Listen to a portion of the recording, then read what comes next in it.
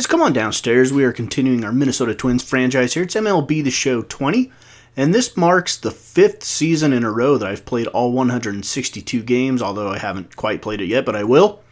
We're in game number 146, I believe, or 145, something like that. We'll see here in a second, but we're playing the Cleveland Indians. We're in the middle of September. We have won 4 games in a row, and we're 7-2 in September.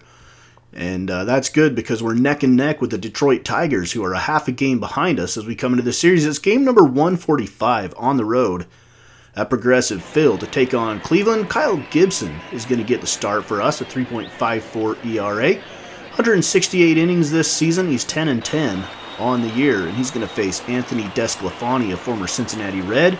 6-8 record, a 4.16 ERA, and a 151 and a third innings pitched on the season so far. Let's get some highlights going here. First inning, Miguel Sano, 294 hitter, 55 home runs, 113 RBIs. I think it's safe to say that in this franchise, Miguel Sano has arrived, and he's going to get a base hit, add another ribby to his total, and the Twins take a 1-0 lead in the top of the first. Next up here is Michael Conforto with 1 out, and Miguel Sano at first, and Conforto gets this one up in the jet stream to right center field, and it goes out. The wind was blowing out to right center, I think most of the series. 2-run home run for Conforto, 25th of the season for him. That's a career high for Michael Conforto. A lot of those came with the New York Mets, though, before we traded for him at the trade deadline. Third inning now, Miguel Sano at the plate again. Can he hit another home run here? I mean, he's got 55, and yeah, 56. Miguel Sano, he is crushing. His power rating against righties is like 92, and against lefties it's 96. So I mean, he's obviously progressed in this franchise, which we're in year 5 of, a lot better than he has in real life. I mean, he still has the power in real life, but not the hitting for average. He's hitting in the 290s right now. For us in real life, he's in the 230s if he's on a good season, maybe. I don't know. That's what it seems like. Here's a ground ball to the left side. This is going to score a run. And the Indians get on the board. Tyler Naquin with the RBI. Into the 4th inning, it's 4-1 Twins. Let's go now to the 5th. This is Jorge Polanco, former Minnesota Twin. He looks weird in an Indians uniform. And look at that. Back-hill slider from Kyle Gibson at 84 miles an hour. Gets Polanco to swing and miss. And Gibby has gone through 7 innings, scattering 5 hits and given up 1. Now we bring in the Silver Mullet. And it looks like he's bought into the nickname because he has dyed his hair silver. The Silver Mullet is now really the Silver Mullet. He's also going to give up a home run here to Tyler Naquin. That's just his 8th of the season. It's a solo shot, and it puts the Indians within a couple of runs. Tyler Naquin, Indians center fielder. The end of the 8th, 4-2 Minnesota. We go to the 9th inning now. Kevin Segrist is on, 40 saves and 47 save opportunities, a 2.01 ERA. And lefties and righties both hitting well under the Mendoza line against him. Here's Yonervis Solarte at the plate for the Tribe. He's going to hit this one deep to center field. That should be playable for Roman Quinn. Right at the warning track, he backs up. Hill against the wall makes the catch. And that is the ball game in game number 1 of this series. It is our 5th win in a row, a season-high 5-game winning streak. And we do lead the season series against the Indians 9-8 with 2 more to play. Miguel Sano, 3 for 4 with a home run and 2 RBIs. Michael Conforto, 1 for 4 with a home run and 2 RBIs. Mario Calero, 2 for 4 with a double. Nolan Arenado, incidentally, also went 2 for 4. We love to see that. We could use him this time of year for sure. 146, game number 146. Looking for our 6th consecutive win. Jose De Leon at the plate, and we have to keep winning because the Tigers are not losing.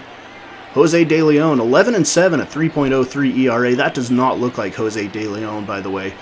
I started this back in 2016, and they obviously didn't have Jose De Leon's likeness back then. It was probably a created minor leaguer, and that's where we're at anyway. So, I mean, I play 162 games a year. I carry him over. I'm not like a lot of other people that play MLB The Show that sim a whole bunch of games and get a whole bunch of seasons in. I love the grind. I love the 162 game marathon season.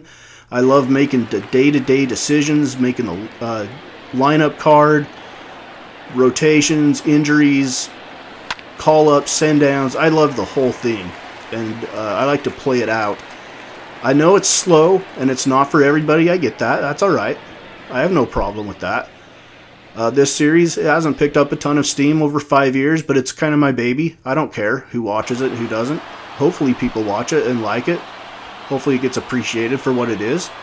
But, I mean, it's not your run-of-the-mill, everyday franchise series in MLB The Show where they're going to get through a whole bunch of seasons and probably win a World Series in year 2 or 3, which is usually what seems to happen in a lot of YouTube series.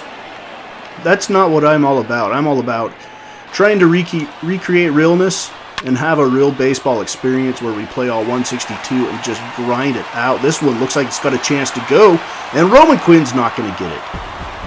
That is a 3-run blast for Yangervis Solarte, and we are behind the 8 ball here and trying to get our 6th win of the season. That came off JT Chargois, so obviously Jose De Leon's been knocked out of the game as I started to ramble on about my philosophy of playing MLB The Show. It's just different than everybody's. And I know there's not tons of people that are like me. A lot of people don't want to invest the time, but if you do have the time and want to invest it, I tell you, you will love the experience of playing all 162 day in and day out. If you really love baseball, I mean, if you just love video games, then sure, simulate all you want. But if you love baseball, then play 162. Just try it once. Just try it once and see how you love it. Because if you have a favorite team and you follow them day to day, I guarantee you'll really enjoy playing all 162 and the day-to-day. Play a game every day if you can. Play it before you go to bed. Play it before you go to work. Get up a little bit early in the morning. Instead of exercising, sit in front of your TV and play a game. Just kidding. Don't do that. Exercise.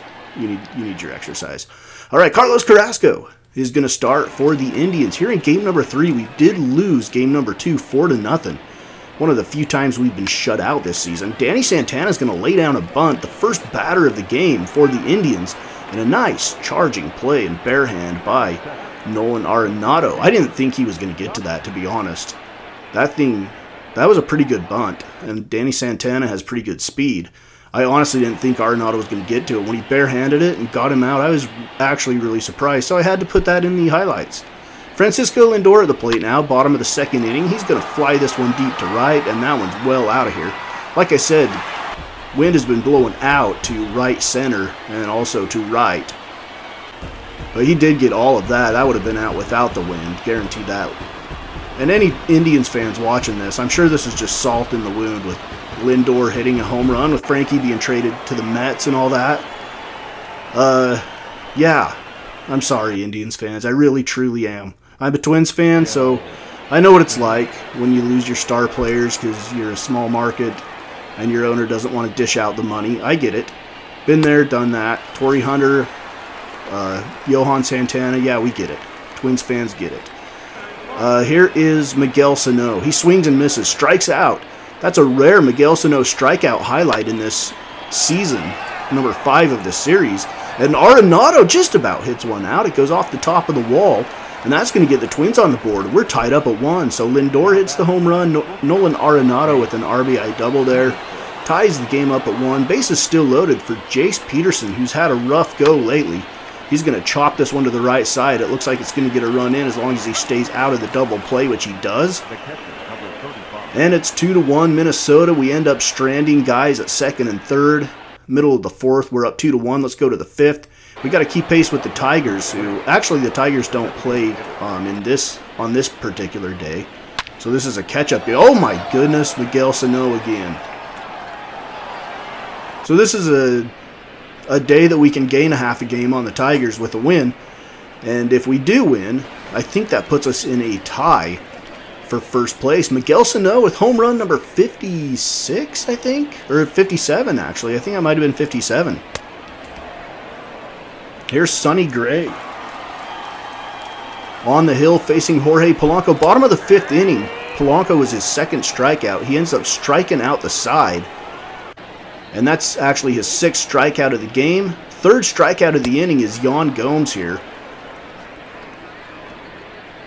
on an 84-mile-an-hour slider on the outside portion of the plate. 3 up, 3 down, all by way of the strikeout into the 5th inning. Twins still lead it by a score of 4-1. Michael Brantley, bottom of the 6th. Runner on second. He's going to find that jet stream in the right center gap, and it's going to carry. And Michael Brantley has hit a 2-run home run, makes the Twins lead 4-3. That's his 23rd of the year. Michael Brantley, incidentally, leading the American League in hitting this season at 326. Oh my goodness. Very next batter. And Sonny Gray may be out of gas. 86th pitch of the day.